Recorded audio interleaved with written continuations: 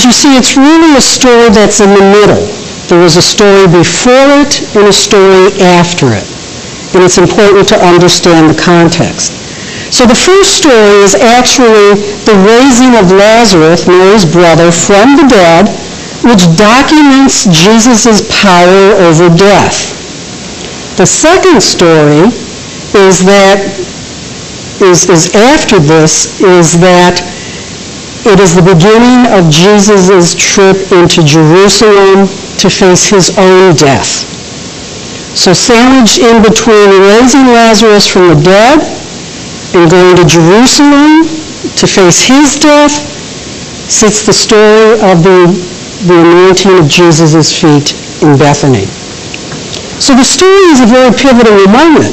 It takes place in the house of Lazarus about a month after he has been raised from the dead. Now Lazarus and his sisters, Martha and Mary, are really very good friends of Jesus. So much so that when Lazarus falls ill, prior to this, in the first story, Martha sends for Jesus to come because she knows her brother is going to die and she wants Jesus to be there. The implication is very clear. Get over here.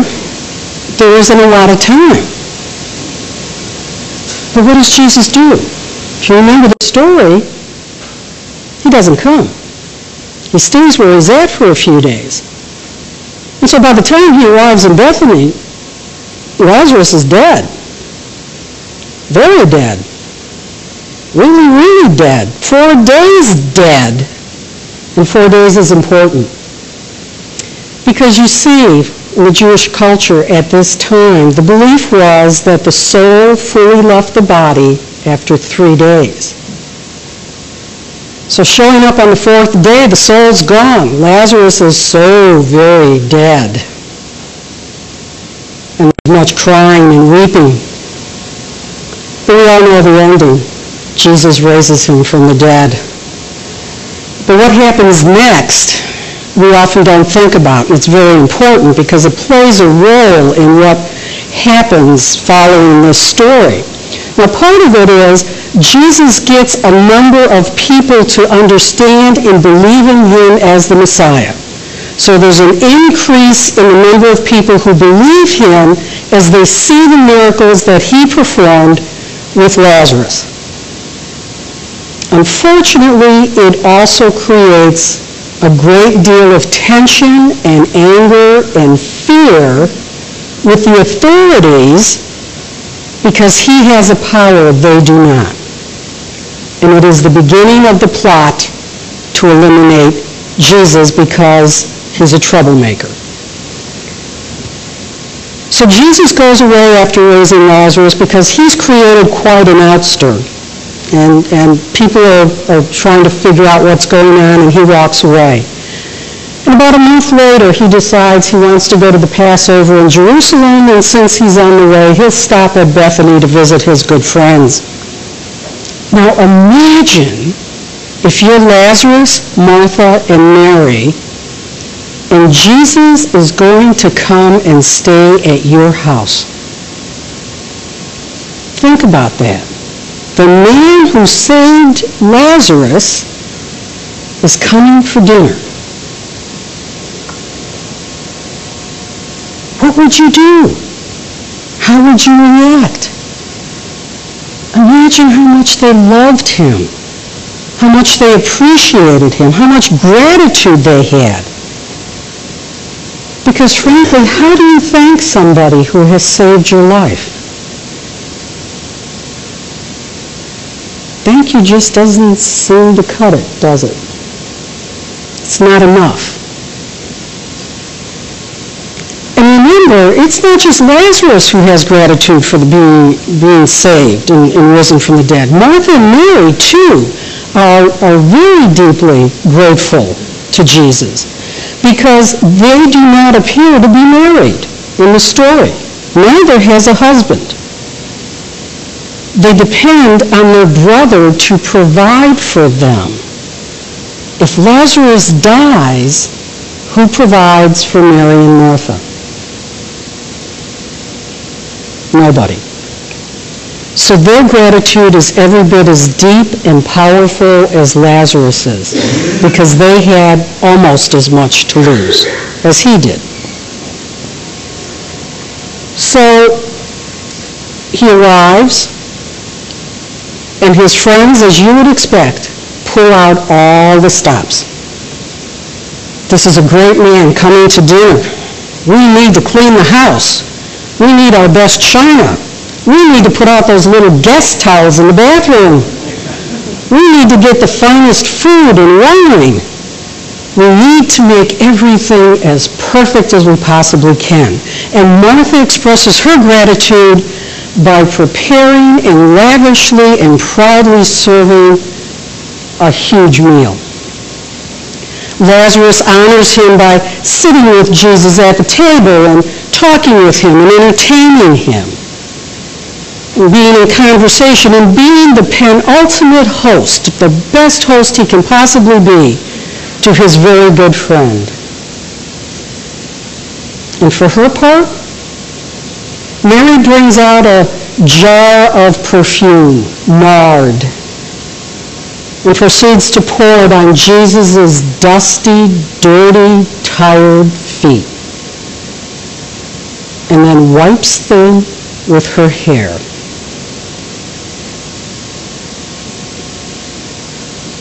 What an incredible expression of gratitude.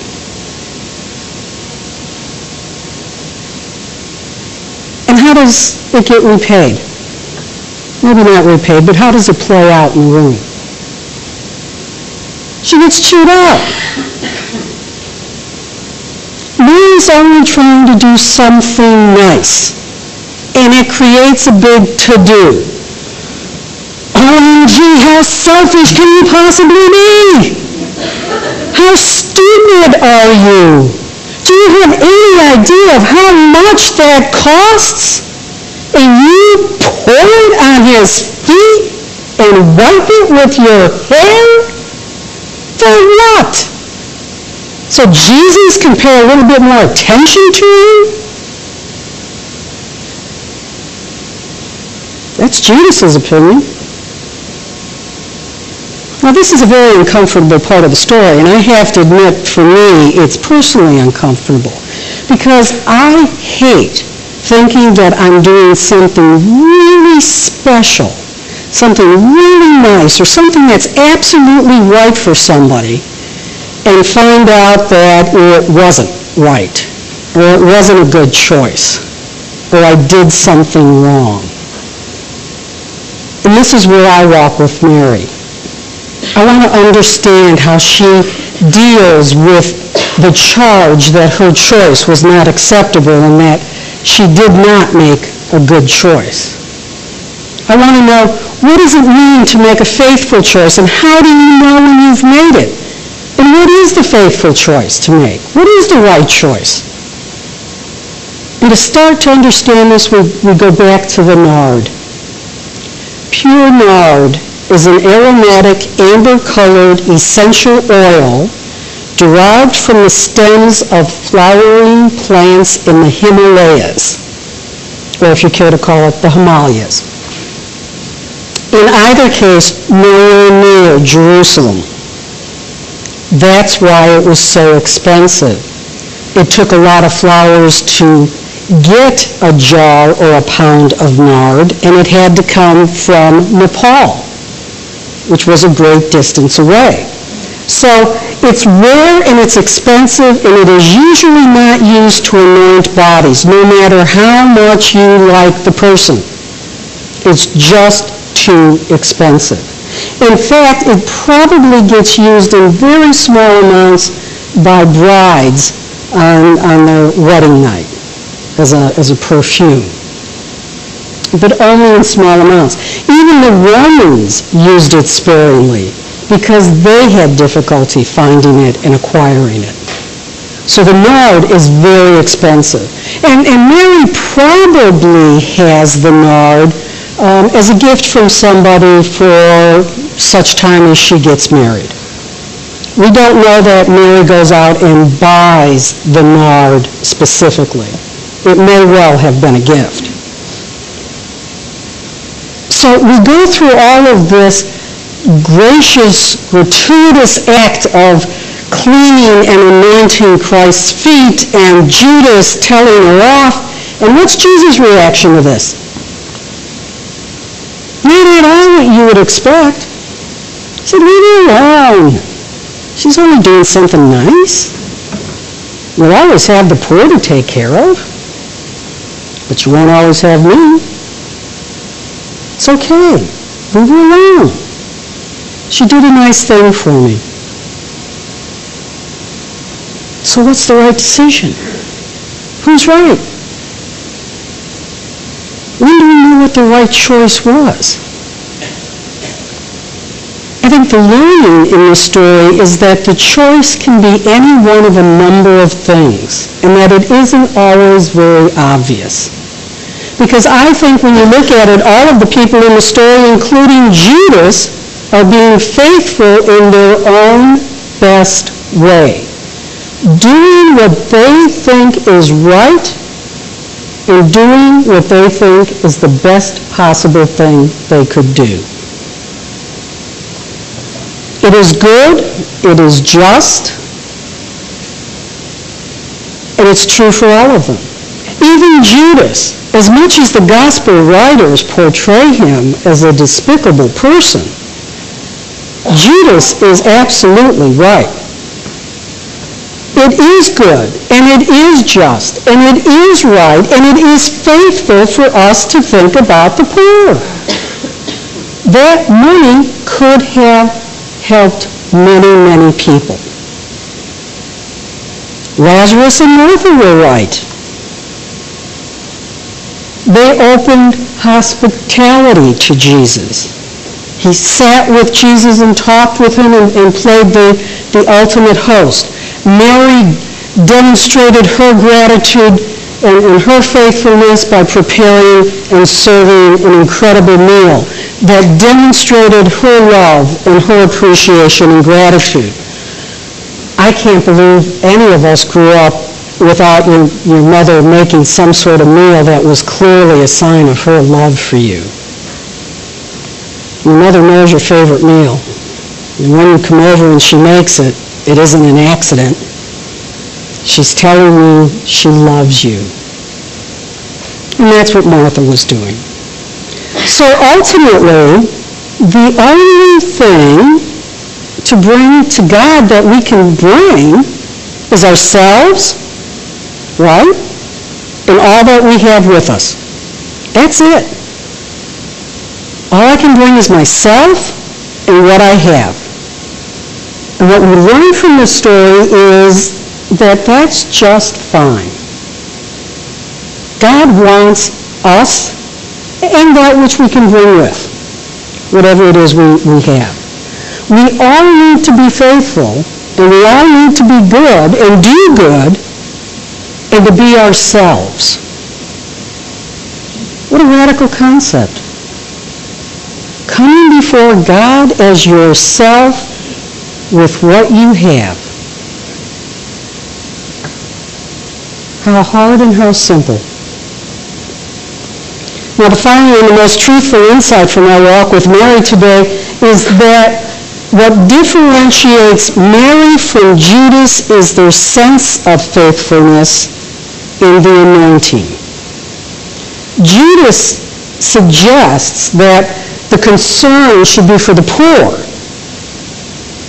And he's right, but he's doing that out of a sense of obligation, out of a sense of duty. That's what Christ has taught them, that we take what we have and we give to the poor and we help others. And his view of it is your obligation to do that. It's the next thing that you have to do, whether you really want to or not.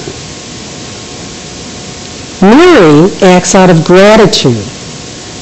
Gratitude so deep, so rich that if she doesn't act on it, she'll explode.